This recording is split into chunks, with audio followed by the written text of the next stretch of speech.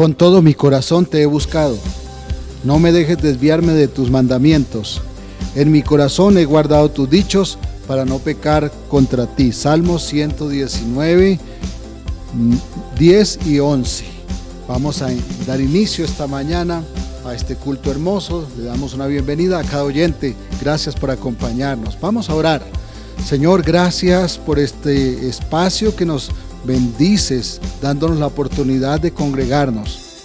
Oh Dios, cada persona que está escuchando, pedimos una bendición para cada uno de ellos y para tu iglesia y para este país. Pedimos misericordia.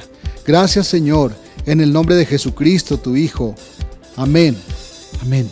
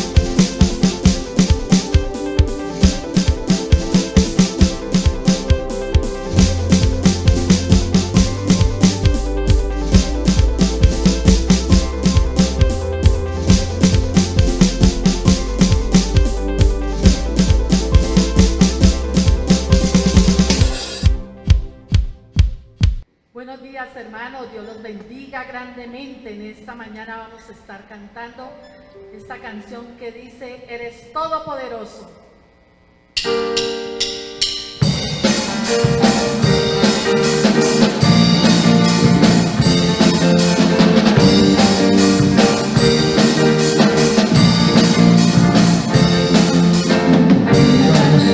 De adoración, eres tú mi Señor, el único motivo para vivir, eres tú mi Señor, la única verdad está en ti, eres mi salvación, mi único amor, eres tu Señor, y por siempre te alabaré, eres todo poderoso.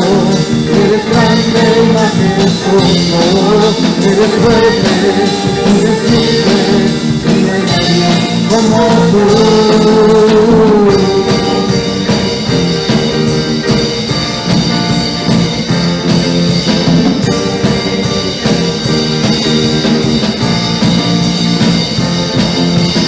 Única razón de mi adoración, eres tú mi Jesús.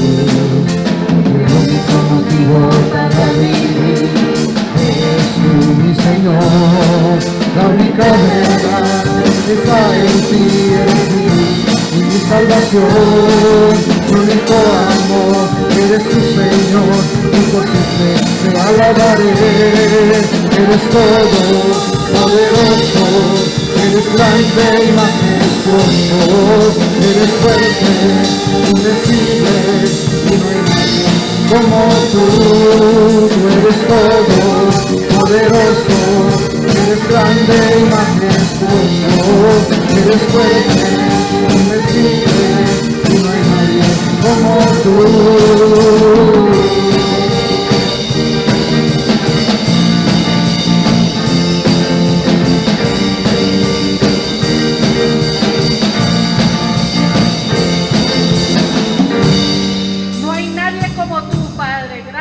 Porque tú eres el Todopoderoso y no hay nadie como tú. Gloria a Dios. Amén. Amén.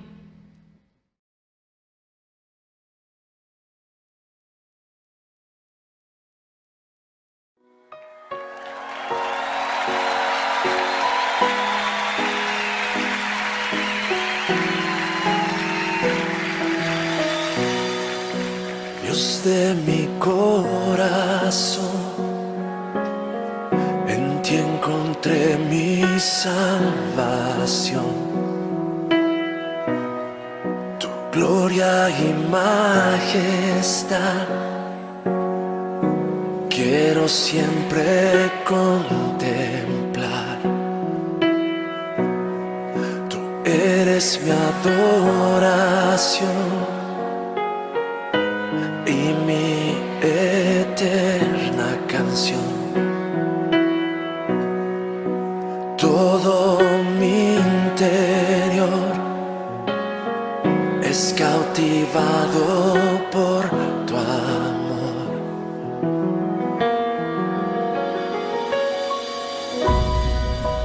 Eres Dios eterno, solo tú eres bueno. Dios incomparable eres tú. Nunca me separaré de tu gran amor. Eres mi Señor, mi Salvador.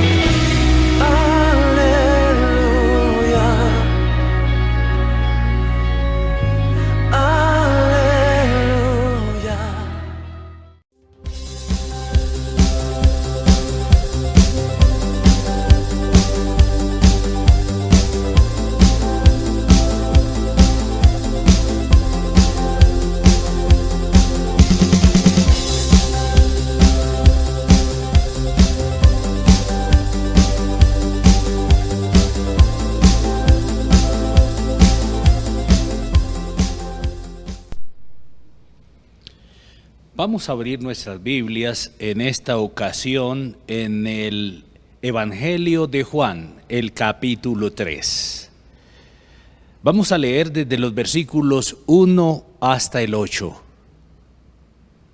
Y antes de leer esta palabra de Dios, que es vida para el hombre, voy a pedirles que me acompañen de todo corazón, suplicando al Dios de buena voluntad, que tenga por bien en este momento abrir nuestros ojos para oír su palabra y para ver las grandezas, las maravillas que Él tiene para con todos nosotros en esta ocasión. Vamos a orar, implorando sus misericordias. Bendito Padre, Señor del cielo y de la tierra, que creaste todas las cosas y nos hiciste a nosotros también a tu imagen, conforme a tu semejanza, para que cumpliéramos un propósito muy elevado acá en la tierra. Nos colocaste como reyes, como señores, pero nosotros echamos a perder el mundo, echamos a perder nuestra vida, oh Señor, y nos volvimos necios, ignorantes, ciegos. Te pedimos que en esta ocasión tú abras nuestros ojos y nos concedas la gracia de poder ver las grandezas de tu palabra. Ten misericordia de mí, oh Señor, porque ¿quién soy yo para tomar tu palabra en mi boca? No soy digno de estar aquí, oh Señor, pero me has aceptado por la gracia tuya, por el amor con que me amaste, por la misericordia. Gracias porque en tu Hijo Jesucristo perdonaste todos mis pecados y me aceptaste. Te ruego que en esta ocasión también tú abras los ojos de los ciegos y des la vista para que muchos puedan ver las grandezas de tu palabra y oír las maravillas de tu ley. En el nombre de nuestro Señor Jesucristo oramos. Amén. Bien, leemos entonces la palabra de Dios y dice así: había un hombre de los fariseos que se llamaba Nicodemo, un principal entre los judíos. Este vino a Jesús de noche y le dijo: Rabí, sabemos que has venido de Dios como maestro, porque nadie puede hacer estas señales que tú haces si no está Dios con él. Respondiendo Jesús y le dijo: de cierto te digo que el que no naciere de nuevo no puede ver el reino de Dios. Nicodemo le dijo: ¿cómo puede un hombre nacer siendo viejo? ¿Puede acaso entrar por segunda vez en el vientre de su madre y nacer? Respondió Jesús: de cierto te digo que el que no naciere de agua y del Espíritu no puede entrar en el reino de Dios. Lo que es nacido de la carne, carne es, y lo que es nacido del Espíritu, Espíritu es. No te maravilles de que te dije: os es necesario nacer de nuevo. El viento sopla de donde quiere y oyes su sonido, mas ni sabes de dónde viene ni a dónde va. Así es todo aquel que es nacido del Espíritu. Bien, en esta ocasión vamos a estar meditando en estos momentos sobre qué es un cristiano. ¿Qué es un verdadero cristiano? ¿Qué significa ser un hijo de Dios? Es muy importante que prestemos atención a esto. Desde la caída de ese ángel que Dios creó con mayor gloria que a cualquier otra criatura, ese querubín protector que se convirtió en padre de mentira, maestro de todo engaño, enemigo de Dios y de toda verdad. Desde entonces, ese enemigo de la verdad se ha dedicado a confundir y lo ha logrado. Ha logrado confundir a muchos, haciéndolos creer la mentira, confundiéndolos, alejándolos de la verdad para convencerlos de creencias que se parecen a la verdad, pero no son la verdad. Ha convencido a muchos con las apariencias de verdad, de piedad, cuando no son más que mentiras disfrazadas de la verdad. Y lo que parece piedad no es más que ropaje religioso. Estamos hablando aquí de personas que hablan de haber hecho una decisión por Cristo, personas que asisten a una iglesia, hacen vigilias, oran y ayunan y hasta leen la Biblia cuando les queda tiempo, pero no son cristianos porque no han nacido de nuevo, no han nacido de Dios, no han nacido del Espíritu, como lo leímos aquí, de boca de nuestro propio Señor Jesucristo. Esto es lo que me voy a proponer exponer en esta ocasión. ¿Qué es verdaderamente un cristiano? Y la respuesta debemos tomarla de lo que está escrito, de lo que salió de la boca de Dios, no de lo que a mí me parezca o de lo que a usted le parezca. La verdad, que es la vida, la verdadera vida, y más aún la vida eterna, solo la encontramos en lo que Dios dice, no en lo que a mí me parezca o en lo que a usted le parezca. Ni siquiera debemos confiar en el hombre más sabio que exista sobre la tierra. No, el hombre más sabio de esta tierra no es más que hombre. Y también morirá igual que yo, igual que usted. Debemos confiar solo en el único Dios verdadero, el que no pudo tener principio porque siempre existió, el creador y sustentador de todas las cosas, el que no podría mentir ni equivocarse. Si queremos la vida, si nos interesa la vida, entonces debemos confiar solo en este Dios verdadero y en lo que Él ha dicho. No se conforme con menos, no se deje engañar. Esto es algo muy serio, es asunto de vida o muerte, es asunto de vida eterna o muerte eterna. Es decir, separación definitiva de la bondad de Dios. En otras palabras, perdición eterna. Esto es lo que significa perdición eterna. Estar separados, totalmente separados por siempre de la bondad de Dios. Así que si usted realmente está interesado en la vida, en no ser engañado o en salir del engaño, le invito a que por su propio bien, por su mayor bien, no confíe en usted mismo, no confíe en sus sentidos. Recuerde que yo no soy confiable, usted tampoco, no somos confiables, nuestros sentidos no son confiables. Por tanto, le invito a que confíe plena y totalmente en algo que no puede fracasar, que no puede cambiar, porque permanece para siempre. Me refiero a la verdad, la palabra de Dios, porque la palabra de Dios es como Dios.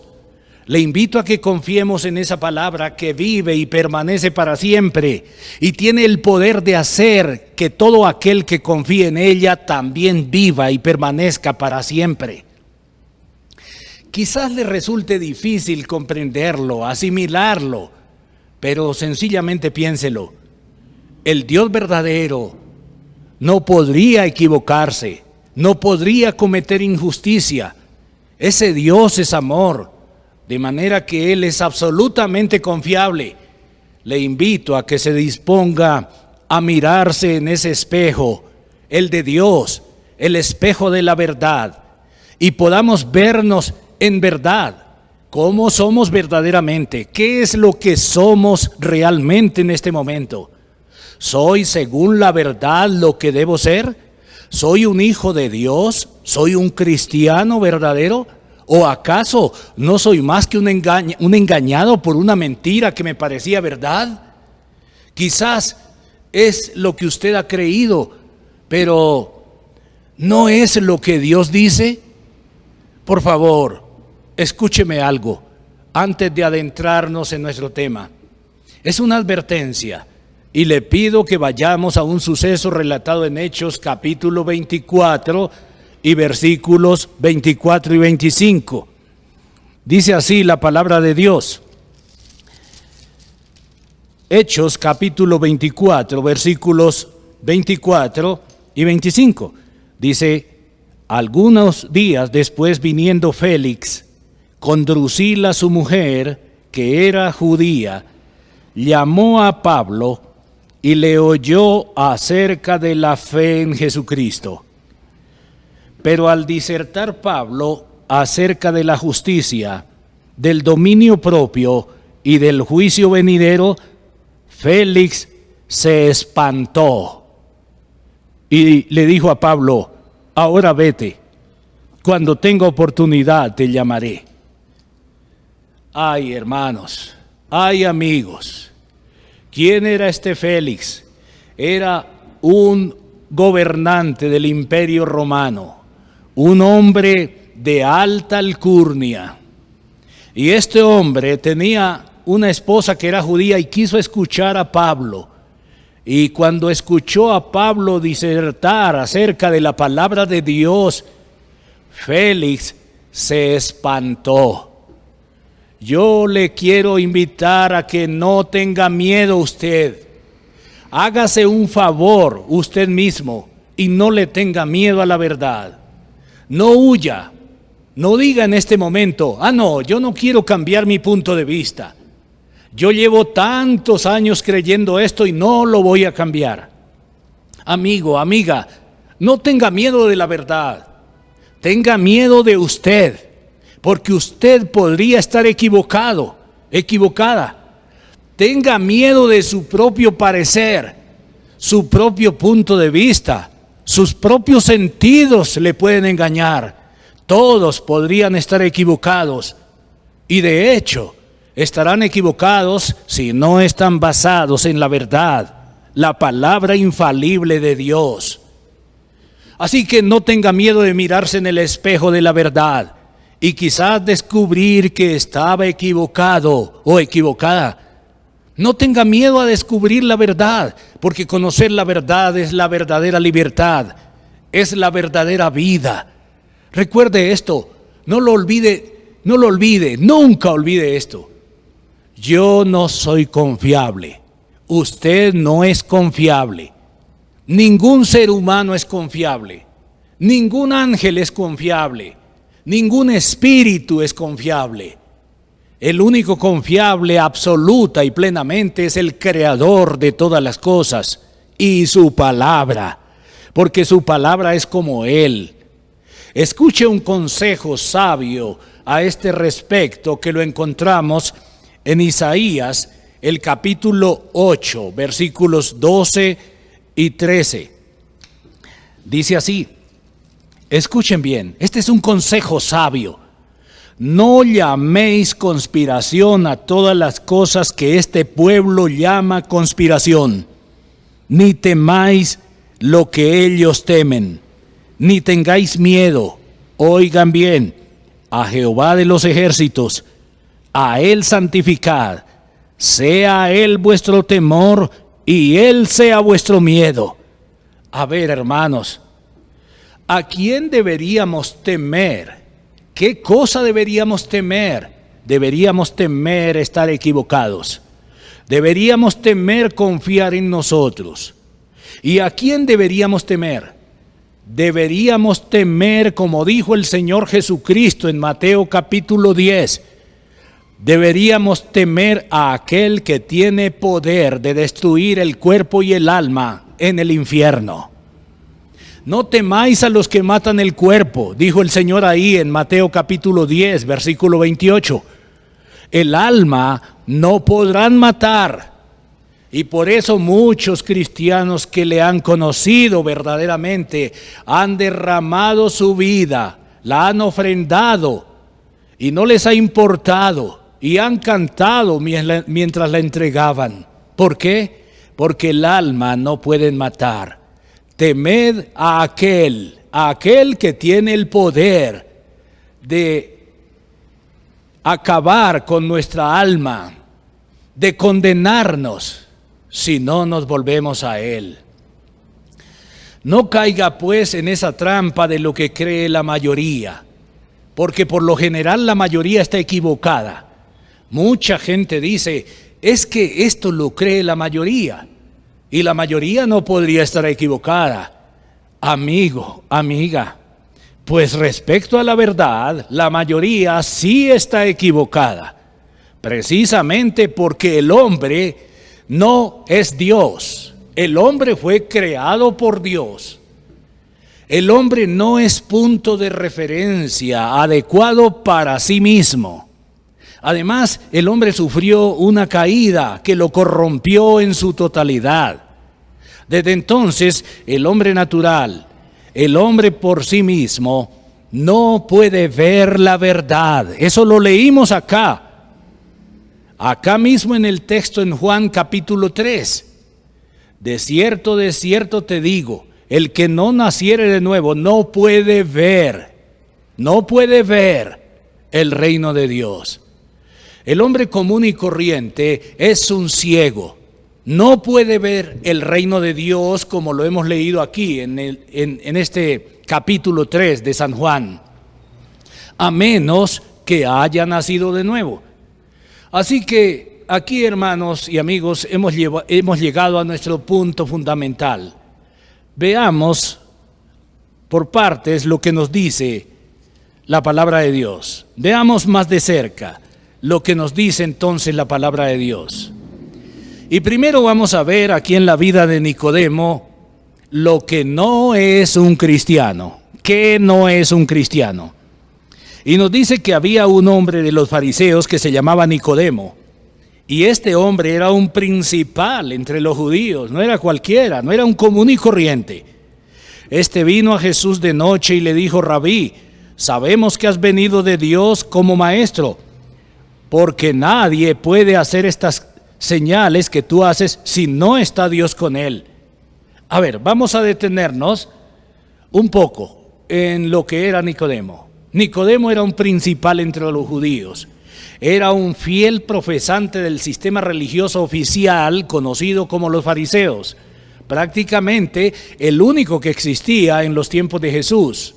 El más respetado y con más adeptos. Con la variante, digamos así, de una clase intelectual conocida como los saduceos. Existía otro grupo mucho menos conocido llamado los esenios, pero el principal, el más importante y más respetado de todos, era la religión de los fariseos. Nicodemo era entonces un religioso perteneciente a la religión más reconocida en la nación judía en los días de Jesús. La religión de los fariseos. El caso es que cuando nosotros oímos la palabra fariseo, inmediatamente la asociamos con alguien hipócrita. Pero bueno, eso se nos quedó por las reprensiones durísimas que el Señor hizo precisamente de estos religiosos que realmente vivían una vida religiosa de formas, de apariencias, de legalismos, pero no había nada en el corazón. Eran legalistas a morir, pero vacíos de corazón. Y por eso nosotros, cuando nos hablan de los fariseos, simplemente pensamos en hipócrita, sinónimo de hipócrita. Pero es importante que comprendamos que en ese momento la religión de los fariseos era la religión más respetada. Precisamente Pablo, cuando escribe a los filipenses, dice que tenía muchas cosas de que gloriarse. Y una de ellas era la de pertenecer a la orden religiosa más respetada en ese momento, la de los fariseos. De manera que la religión de los fariseos era algo que merecía respeto. Nicodemo era un principal entre los judíos y un miembro prominente de los fariseos. Pero la religiosidad no es suficiente. Entonces no es suficiente ser un gran religioso ni pertenecer a la religión más grande o la más conocida. Ser cristiano tampoco es aprovechar, como lo dicen muchos, una segunda oportunidad. No sé si ustedes han escuchado esto. Yo pienso que sí, yo lo he escuchado muchas veces. He escuchado a muchas personas casi ufanándose de cómo supuestamente el Señor les dio una segunda oportunidad y ellos la aprovecharon. Qué inteligentes, ¿no? Eso es un insulto para las demás personas, porque es una forma de predicarnos a nosotros mismos. Hermanos y amigos, esto tampoco es la verdadera obra de Dios. Esto se parece más a la obra de ellos, pues fueron tan inteligentes y buenas personas que supieron aprovechar esa supuesta segunda oportunidad que Dios les dio. Escuchen bien esto. Primero, es una gran mentira que es una segunda oportunidad. No es cierto. No, señores. Dios no le da al hombre segundas oportunidades. Escúcheme bien. Dios da millones de oportunidades. No 2 oportunidades. La tierra está llena de las misericordias de Dios. Cada milímetro que pisamos de esta tierra está lleno de la misericordia de Dios. Cada instante de tiempo que vivimos es un regalo que recibimos de Dios por gracia, no porque lo merezcamos, porque Él es bueno, pero por lo general no lo vemos así. Cada mañana que despertamos vivos es un testimonio de las bendiciones que Dios da a sus hijos. Y es otra y otra y otra oportunidad que Dios le da a los que no le conocen y andan en la oscuridad. Así que no, lejos de ser una segunda oportunidad. De manera que no se trata de dos oportunidades o de segunda oportunidad. Son millones de oportunidades que Dios le da al hombre. Cada segundo es una oportunidad más. ¿Cómo entonces podemos atrevernos a decir que fue una segunda oportunidad? No, hermanos, no, amigos. Es más, el Señor va más allá todavía. Él dice que Él miró desde los cielos para ver si había algún entendido que quisiera buscar a Dios. ¿Y qué encontró? No había ni siquiera uno, ni siquiera uno. Así que no es por oportunidad, no, es por la obra de Dios. Bien, tampoco es suficiente aceptar a Cristo. Ser cristiano es mucho más que haber tomado una decisión por Cristo o haber aceptado a Cristo. Veamos lo que dijo el Señor Jesucristo respecto a ser un verdadero hijo de Dios. Leamos, por ejemplo, en Mateo capítulo 15, versículo 13. ¿Qué nos dice ahí nuestro Señor? Dice así: pero respondiendo Él, o sea, nuestro Señor Jesucristo, dijo, escuchen bien lo que dijo: toda planta que no plantó mi Padre Celestial será desarraigada. ¿Comprendemos? Lo que es nacido de la carne, carne es. Así lo leímos aquí en el Evangelio de Juan capítulo 3. Lo que es nacido de la carne, versículo 6, carne es. Y lo que es nacido del Espíritu, Espíritu es. Entonces no se trata de la obra del hombre. Lo que viene del hombre es humano. Para ser un hijo de Dios se necesita ser nacido de Dios, haber nacido del Espíritu. Ahora, la religiosidad no es suficiente. Hay religiosidad en todas las religiones del mundo. Hay religiosidad en el Islam, en el hinduismo, en el catolicismo romano, pero también hay mucha religiosidad en las iglesias evangélicas. Hay muchos evangélicos que dejaron de ser religiosos católicos y se volvieron religiosos evangélicos. Simplemente cambiaron de formalismo religioso. Ya no hacen las mismas prácticas que se hacen en la Iglesia Católica Romana, simplemente hacen otras prácticas. A muchos de ellos les encanta la música de la iglesia, lo que llaman la alabanza. Les encantan las vigilias. Muchos de ellos ayunan y hasta oran y leen la Biblia de vez en cuando, pero no han nacido de Dios. No son nuevas criaturas. No han nacido de Dios, no han nacido del agua y del Espíritu, como lo dice aquí la palabra de Dios. No es suficiente ninguna de estas cosas. Ahora, vamos a ver un último aspecto, y es: tampoco es suficiente saber acerca de la verdad. Leamos el versículo 2. Dice, Nicodemo le dice a Jesús: Rabí, sabemos que has venido de Dios como maestro, porque nadie puede hacer estas señales que tú haces si no está Dios con él. Escúchenme, hermanos y amigos, Nicodemo está en lo correcto. Este razonamiento de Nicodemo es correcto. Él entiende correctamente la verdad. Pero, ¿qué le responde el Señor? Le responde el Señor y le dice: de cierto te digo que el que no naciere de nuevo no puede ver el reino de Dios. En otras palabras, no es suficiente con saber acerca de la verdad.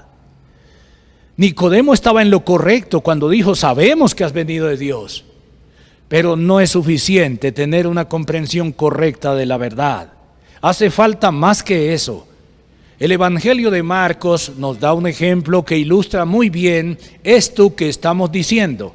Vamos a leerlo en San Marcos, capítulo 12, versículos 28 al 34. Dice así la palabra de Dios: acercándose uno de los escribas que los había oído disputar y sabía que les había respondido bien, es decir, Jesús les había respondido bien, le preguntó. Este maestro, este escriba, este doctor de la ley le preguntó a Jesús: ¿cuál es el primer mandamiento? ¿Cuál es el primer mandamiento de todos? Jesús le respondió: el primer mandamiento de todos es: oye, Israel, el Señor nuestro Dios, el Señor uno es. Y amarás al Señor tu Dios con todo tu corazón y con toda tu alma y con toda tu mente y con todas tus fuerzas.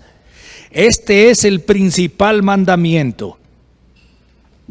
Y el segundo es semejante: amarás a tu prójimo como a ti mismo.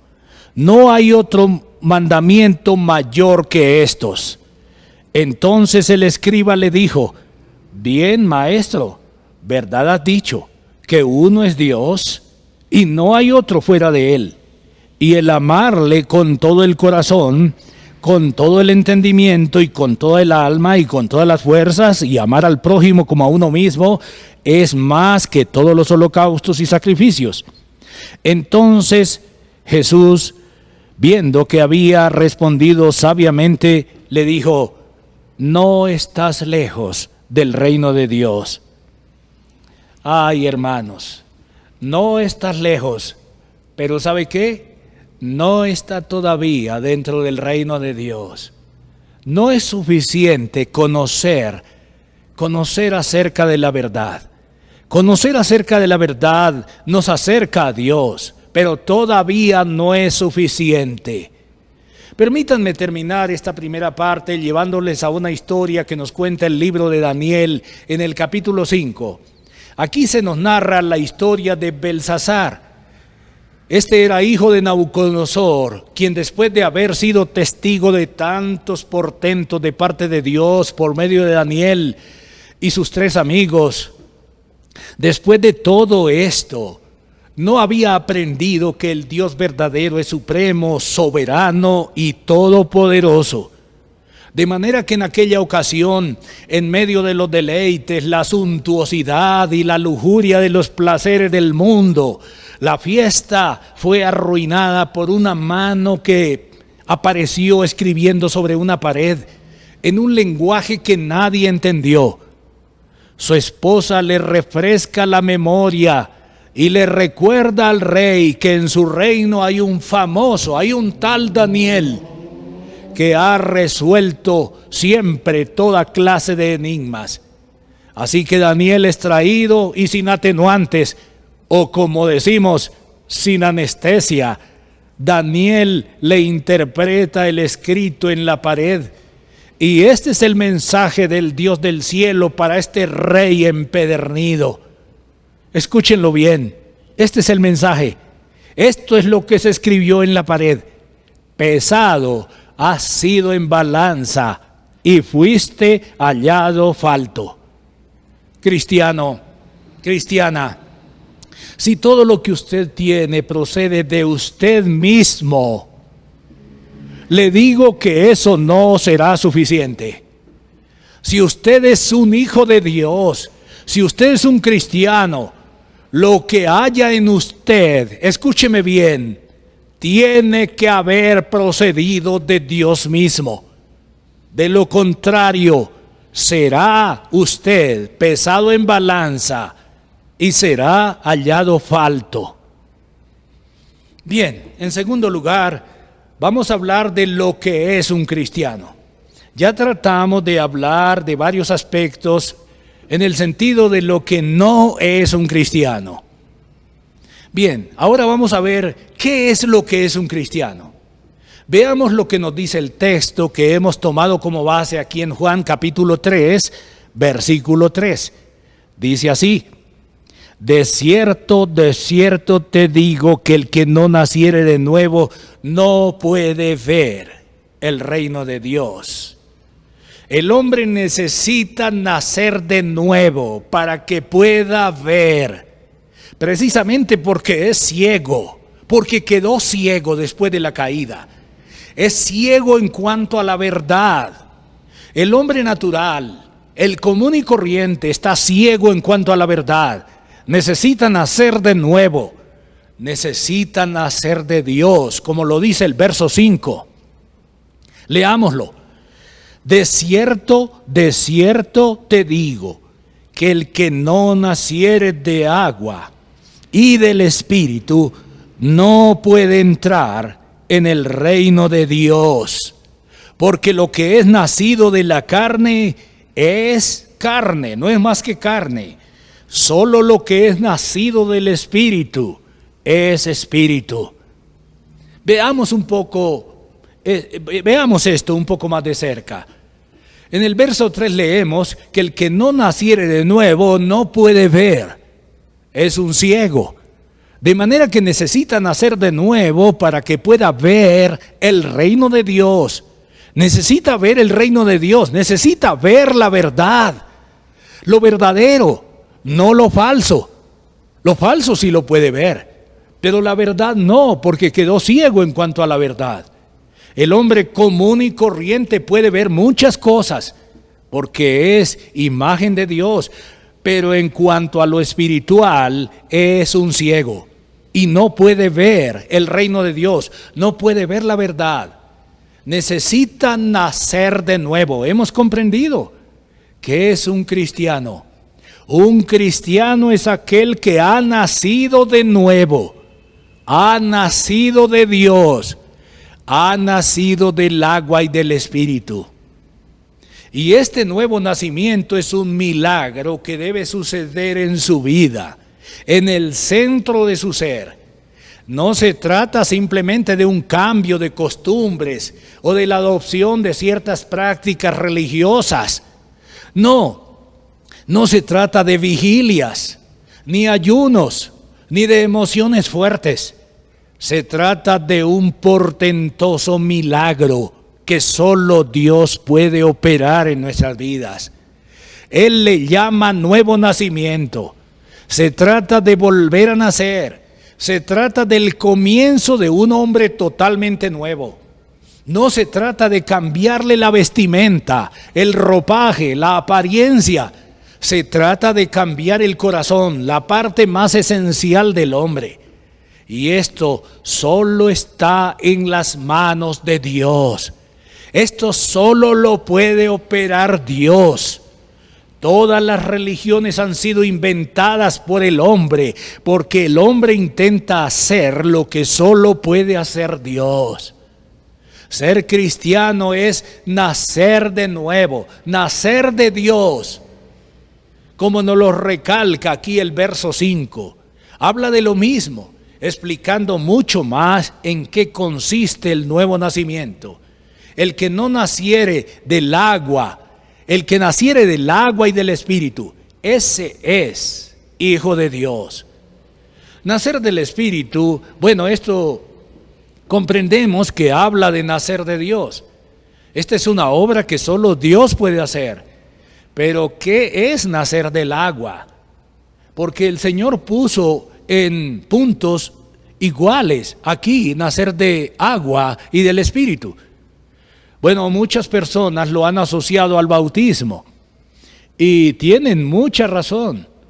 sobre todo si lo asociamos con Mateo capítulo 3, versículos 11 y 12. Vamos a mirarlo un momentico.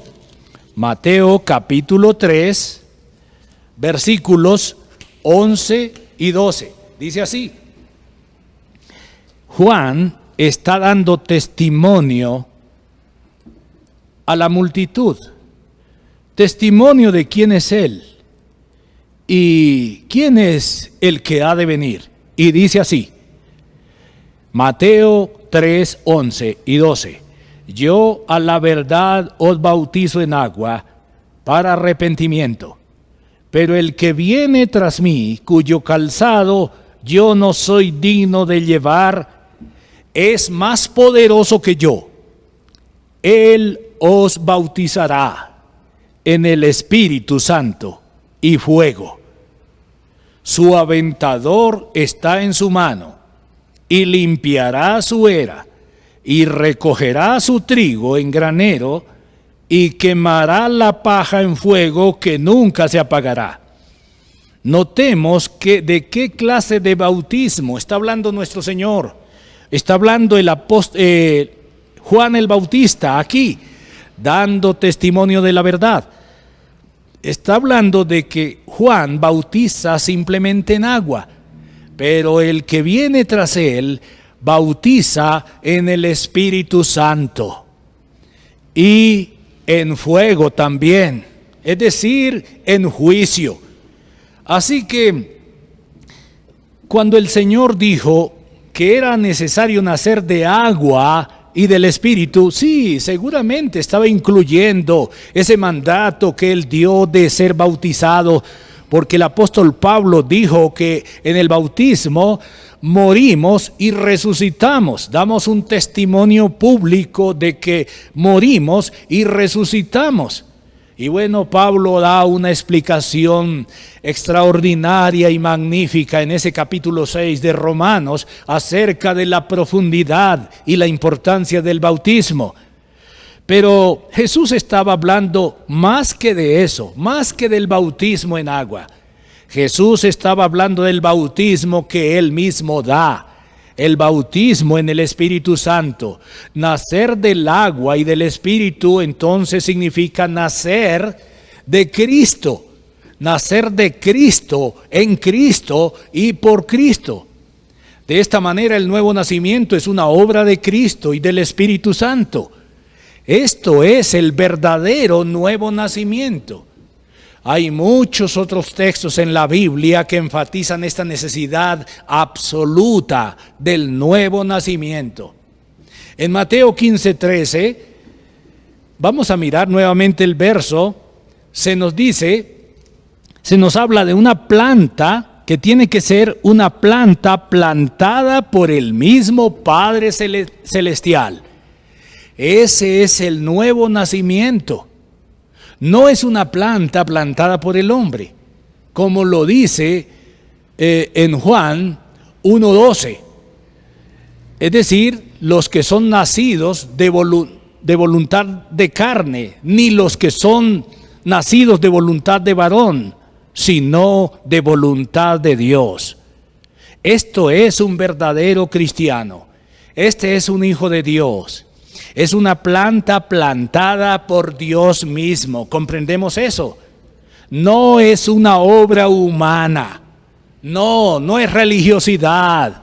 No, ni siquiera es suficiente una decisión que yo pueda tomar.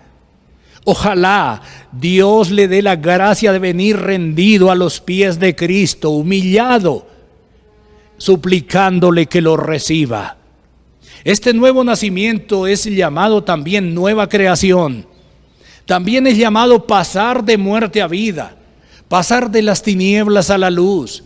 También consiste en pasar de ser esclavos de nosotros mismos, de nuestras pasiones, nuestros pecados y del enemigo de la verdad, para ser verdaderamente libres y mucho más, que prefiero no mencionar en esta ocasión para no alargar más esta disertación.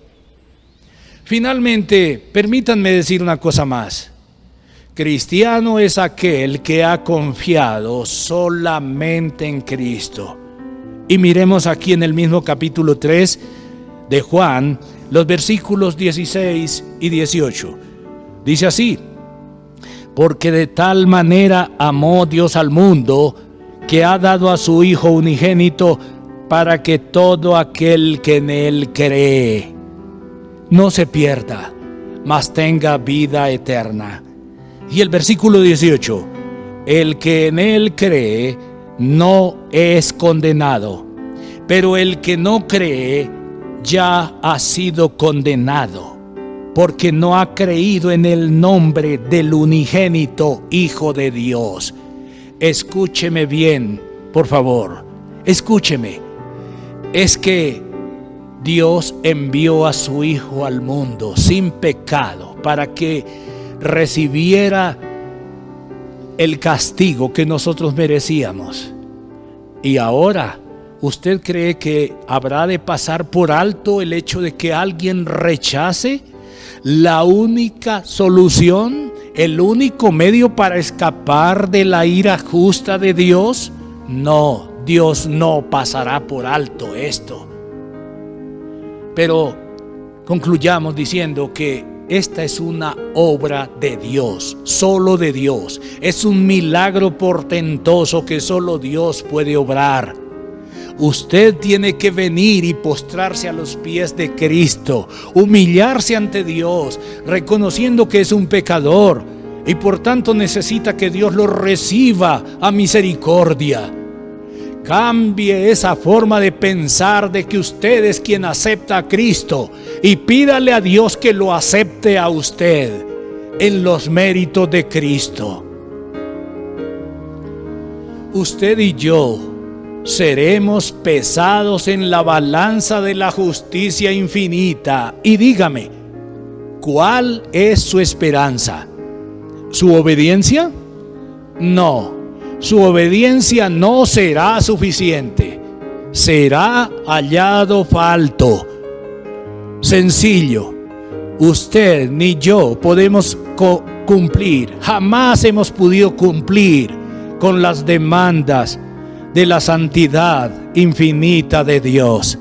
Así que deje de mirarse usted mismo y confiar en su obediencia. Deje de predicarle a las demás personas su obediencia y hábleles de Cristo.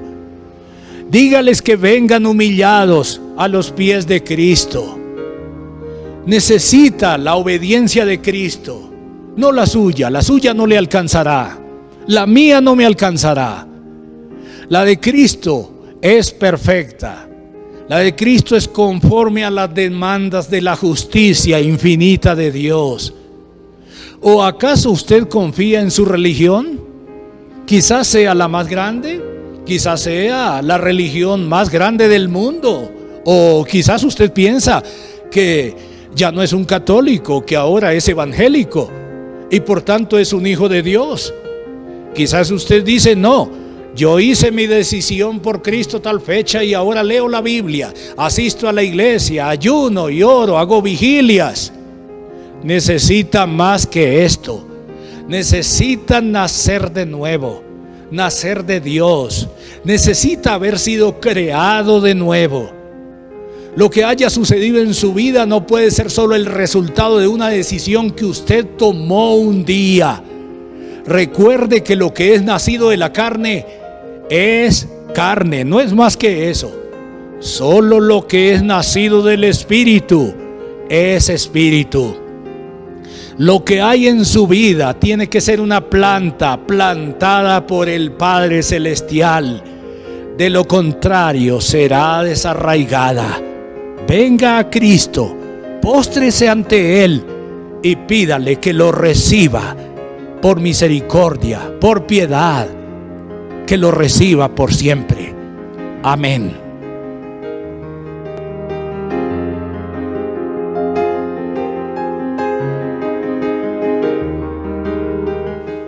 Dios les continúe bendiciendo, mis amados hermanos. Continuamos nuestro culto de adoración a Dios con la cena del Señor. Vamos a orar, vamos a darle gracias a Dios por este momento también especial en que recordamos la obra de nuestro Señor Jesús en la cruz del Calvario. Señor, te damos muchas gracias por el privilegio que hoy nos das, por estar reunidos, Señor, de forma virtual con nuestros hermanos, pero en un mismo sentir de adoración y de reconocimiento a nuestro Dios, dando gracias por la obra que realizó nuestro Señor Jesús en la cruz del Calvario. Nos sentimos hoy, Señor, gozosos de poder participar de esta cena. Gracias te damos, nuestro Dios Padre, en el nombre de Jesús. Amén. Vamos a mirar en el capítulo 16 del libro de Éxodo, ese momento en que Dios envía el maná a su pueblo. Dice la palabra de Dios en el verso 4 del capítulo 16 de Éxodo: y Jehová dijo a Moisés: he aquí, yo os haré llover pan del cielo, y el pueblo saldrá y recogerá diariamente la porción de un día, para que yo lo pruebe, si anda en mi ley o no. Mas en el sexto día prepararán para guardar el doble de lo que suelen recoger cada día.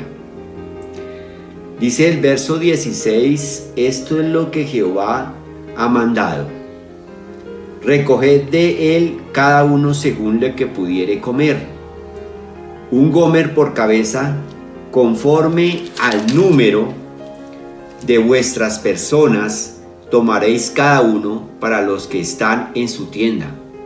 Y los hijos de Israel lo hicieron así, y recogieron unos más, otros menos, y lo medían por gomer, y no sobró al que había recogido mucho, ni faltó al que había recogido poco. Cada uno recogió conforme a lo que había de comer. Y la orden también, ¿cuál era? Les dijo Moisés: ninguno deje nada de ello para mañana.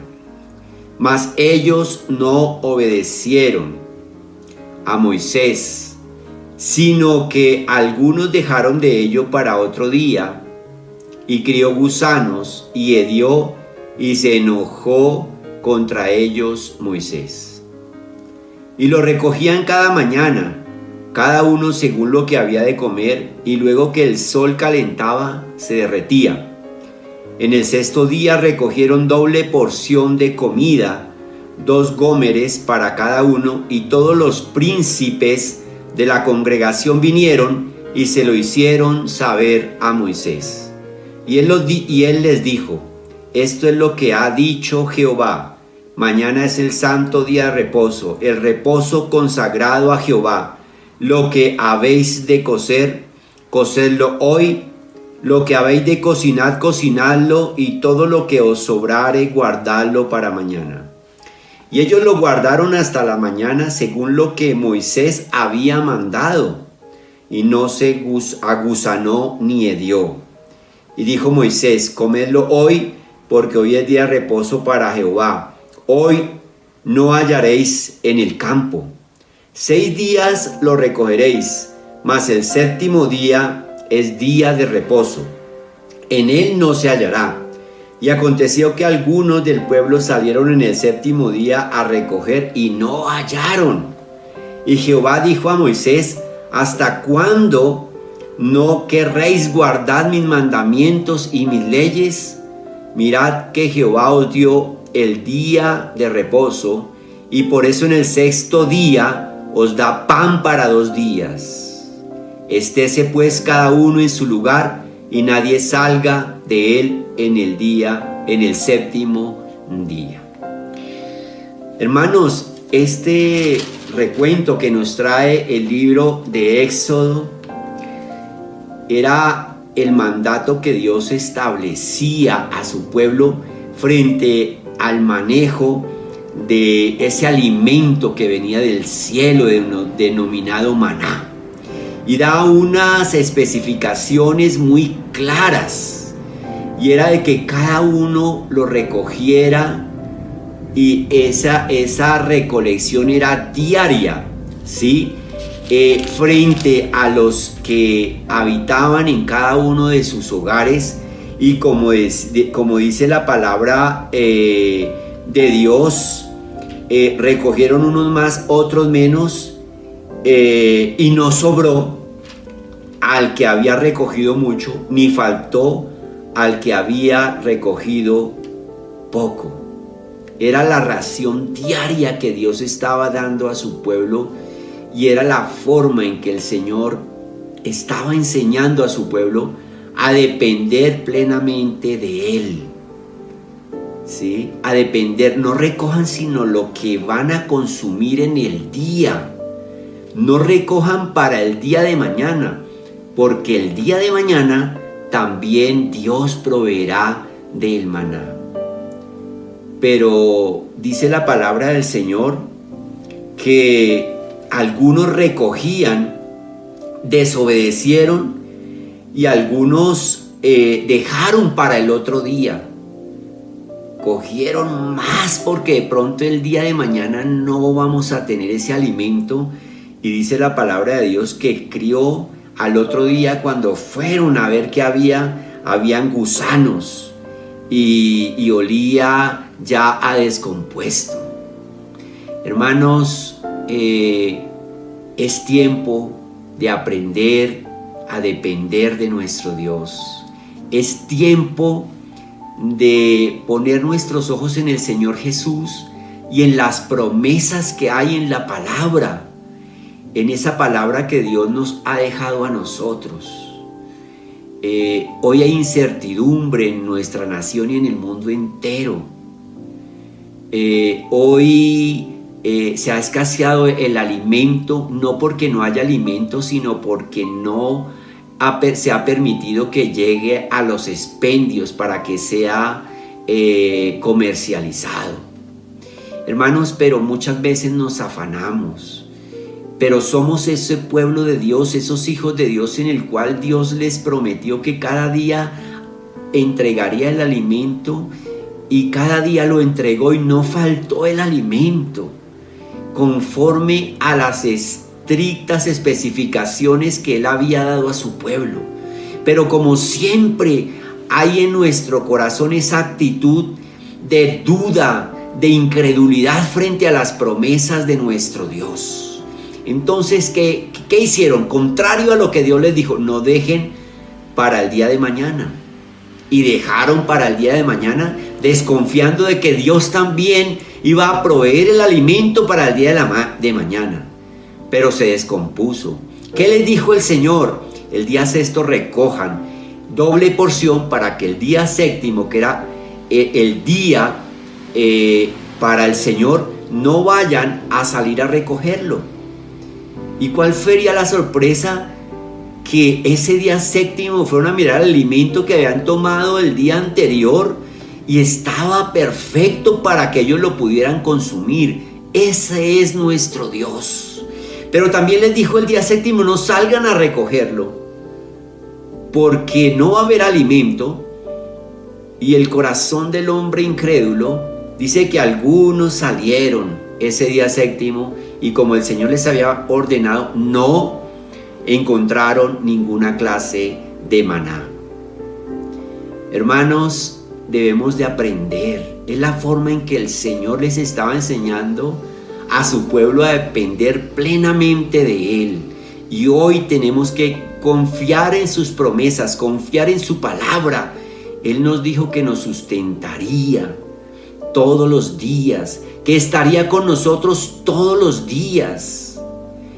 Y muchas veces nuestro corazón perverso e incrédulo va en contra de la voluntad de Dios, y estamos ya pensando en el día de mañana, que nos pueda faltar, que no tengamos la bendición que en el día de hoy hemos tenido. Hermanos, si hoy tuvimos la bendición, mañana también la tendremos. Si hoy tuvimos la victoria, mañana también la tendremos. Si hoy tuvimos el alimento, mañana también tendremos el alimento. Si hoy gozamos de la presencia de Dios, mañana también gozaremos de la presencia de nuestro Dios. Es tiempo de confiar en las promesas, de aprender a depender plenamente de nuestro Dios.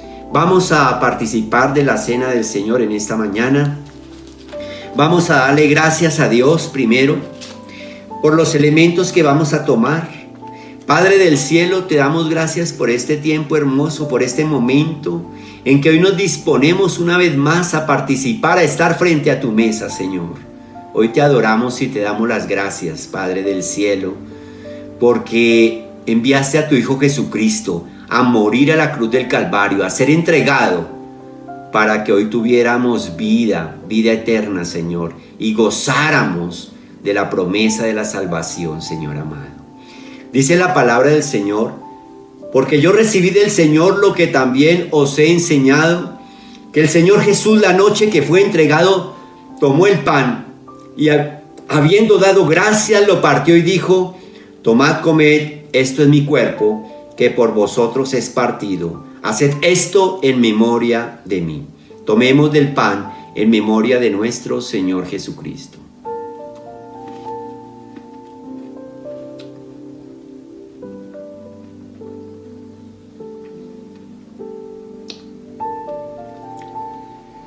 Asimismo, tomó también la copa después de haber cenado, diciendo: esta copa es el nuevo pacto en mi sangre. Haced esto todas las veces que la bebiereis en memoria de mí. Tomemos del jugo de la uva en memoria de nuestro Señor Jesucristo.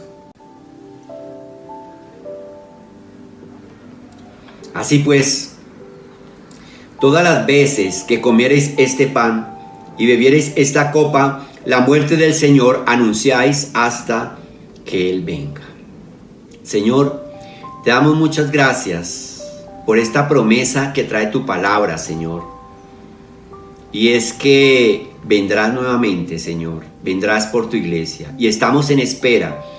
Y nos gozamos, Señor, porque sabemos que nuestra ciudadanía no está aquí, sino nuestra ciudadanía está en el cielo. Y un día te veremos, Señor de la gloria. Danos, Señor, la persistencia, la obediencia, Señor, la fe, para poder creer en tus promesas y esperar en todas las manifestaciones de gloria que tú has dispuesto, Señor, para nosotros, tus hijos. Gracias te damos, Padre, en el nombre de Jesús. Amén. Hermanos, Dios les continúe bendiciendo.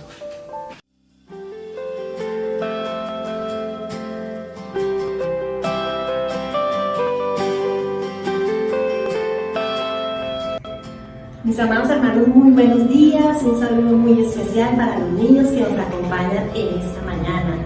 Nuestra enseñanza de este día se llama Sé parte de la historia. Y vamos a recordar algunas partes de la palabra del Señor. Entonces, en el principio, Dios creó todas las cosas y las creó perfectas. Y nos creó a nosotros a la imagen y semejanza de Dios. Pero Adán y Eva desobedecieron, ellos pecaron y dañaron esa relación perfecta que teníamos con Dios. Y luego el pecado se extendió por todo el mundo y la causa y el resultado del pecado es la muerte eterna. Pero algo muy especial, el amor de Dios aún con los pecadores. ¿Qué hizo Dios? Envió a su Hijo Jesucristo para que muriera por nuestros pecados y fuéramos justificados y tuviéramos la vida eterna. Dice la palabra del Señor: porque de tal manera amó Dios al mundo que ha dado a su Hijo unigénito, para que todo aquel que en Él cree no se pierda, mas tenga vida eterna. Eso está en Juan 3:16. Y vino el Señor Jesús a la tierra, ¿y qué hizo? Demostrar ese amor de Dios nos lo demostró Jesús. ¿Cómo? Haciendo milagros, compadeciéndose de la gente, enseñando de la palabra de Dios. Fue maravilloso ese amor que demostró Jesús.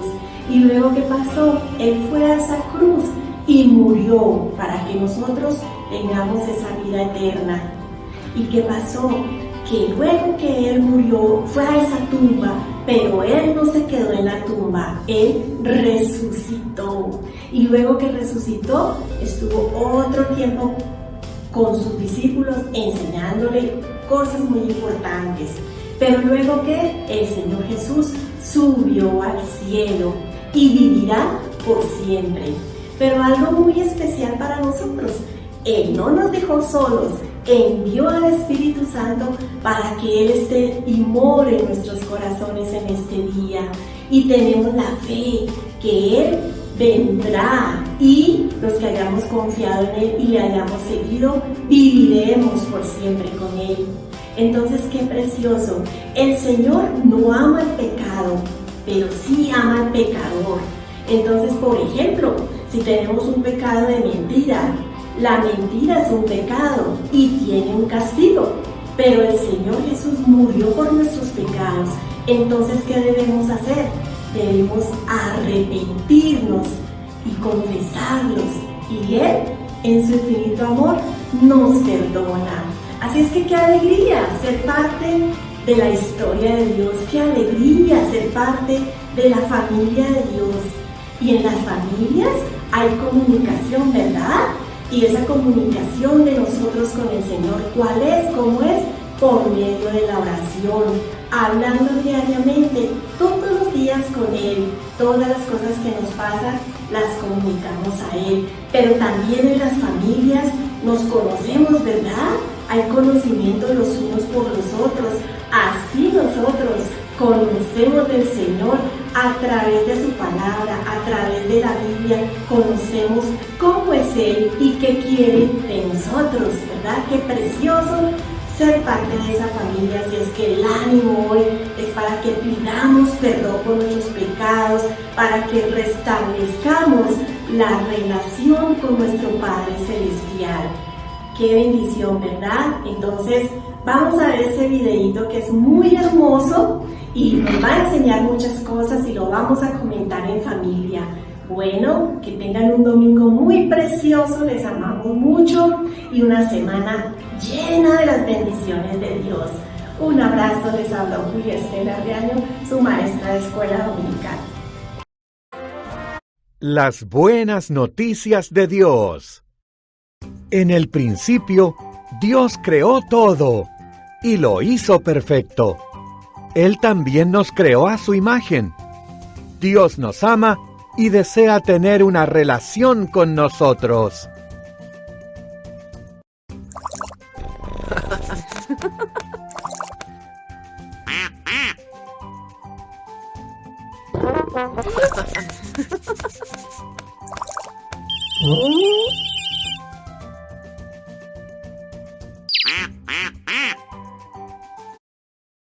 Lamentablemente, Adán y Eva desobedecieron a Dios.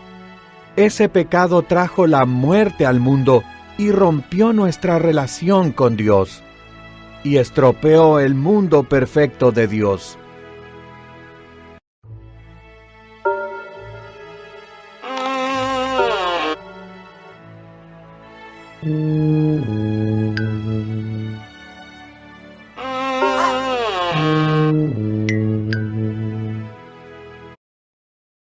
El pecado se extendió por el mundo. Cada persona peca, y el resultado del pecado es la muerte. Pero el pecado no frenó a Dios de amarnos. Él tenía un plan.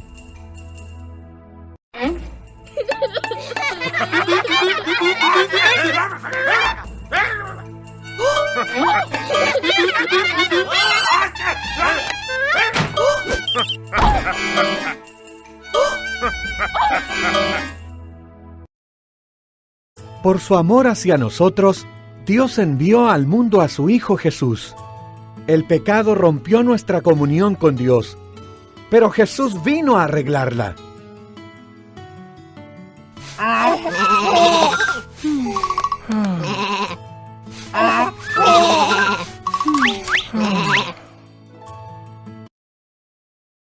Jesús sanó a los enfermos e hizo muchos milagros.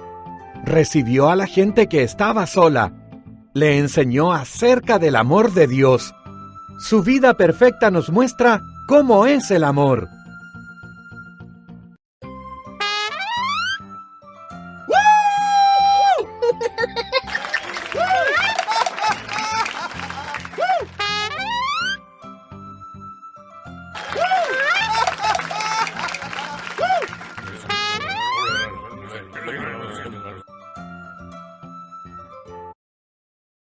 Aunque Jesús jamás pecó, murió en una cruz por nuestros pecados, porque nos ama. Al hacerlo, llevó a cabo el plan de Dios de arreglar nuestra relación con Él.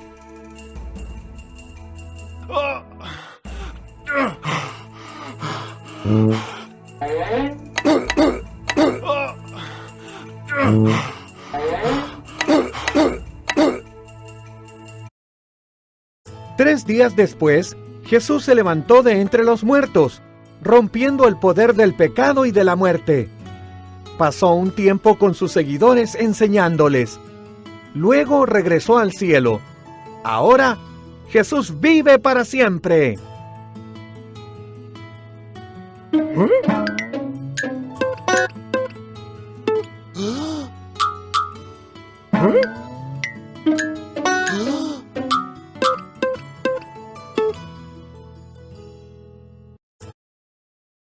Jesús no nos dejó solos. Él envió a su Espíritu Santo para que viva dentro de cada uno que confíe en Él. Su Espíritu nos da poder para vivir de la forma en que Dios nos creó.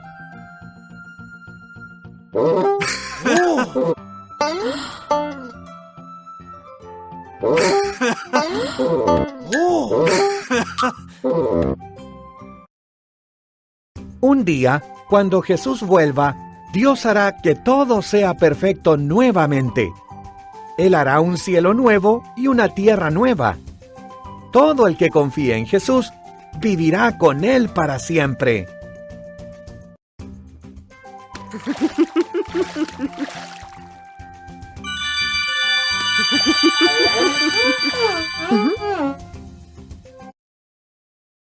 Dios te ama. Él te creó como un ser único. Si confías y sigues a Jesús, Él arreglará toda relación rota con Dios. ¿Estás listo para ser parte de la historia de Dios?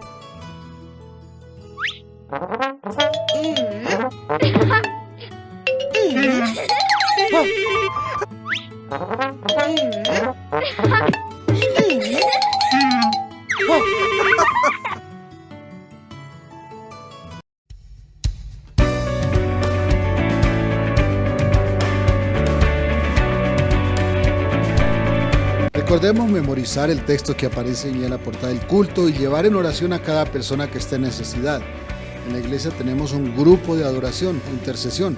Las guerreras están en ese proceso de orar todos los días en la mañanita, 5 de la mañana, están orando por las peticiones que cada uno nos deja. Usted puede dejar su petición a través del WhatsApp por el que recibe este mensaje o cualquiera de las redes a través del cual usted recibió este culto que hoy está escuchando.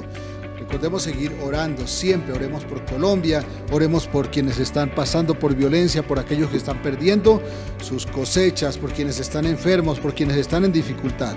Siempre llevemos esto en oración y también los invitamos a vincularse a las actividades de la iglesia. El Ministerio de las Guerreras para las damas, ellas tienen también su ministerio de oración, de intercesión, la Escuela de Formación Espiritual de los jueves a las 6:30. Los invitamos para que estén siempre vinculados. Y también el devocional de los sábados a las 7 de la mañana, los jóvenes el sábado en la tarde y el domingo de la oración a las 9:30. Recuerde que emitimos el culto desde las 6 de la mañana para que usted pueda participar y si quiere después puede ir con su familia a pasear, pues tiene el tiempo. Gracias al hermano Aldemar por esta enseñanza tan hermosa, a nuestro hermano Alberto por la reflexión de la Cena del Señor y también a la hermana Julia Estela por esta enseñanza para los niños que también los edifica. Gracias a cada persona que trabaja en la producción del culto y a cada uno de los que aportan también para que este ministerio sea posible. Los bendecimos en el nombre del Señor también a cada uno y vamos a orar para finalizar cantando todos. Señor, gracias porque nos das la bendición de haberte alabado, de haberte adorado, de haber escudriñado tu palabra, tomar la cena, Señor, y participar con nuestros hermanos de un momento de comunión. Gracias, Señor, por esta semana que inicia. Gracias por este país que nos diste. Pedimos misericordia por Colombia, misericordia por los violentos, misericordia por quienes sufren la violencia, misericordia por los descontentos, misericordia por quienes nos gobiernan. Pedimos misericordia por las familias, por los enfermos, Señor, por los que están en necesidad de provisión. Gracias, Señor, porque has sido fiel y nos has sostenido. Señor, ten misericordia de este país, de tu iglesia y de cada uno de nosotros. En el nombre de Jesucristo. Amén. Dejamos un abrazo para cada uno. Gracias por acompañarnos. Dios les bendiga.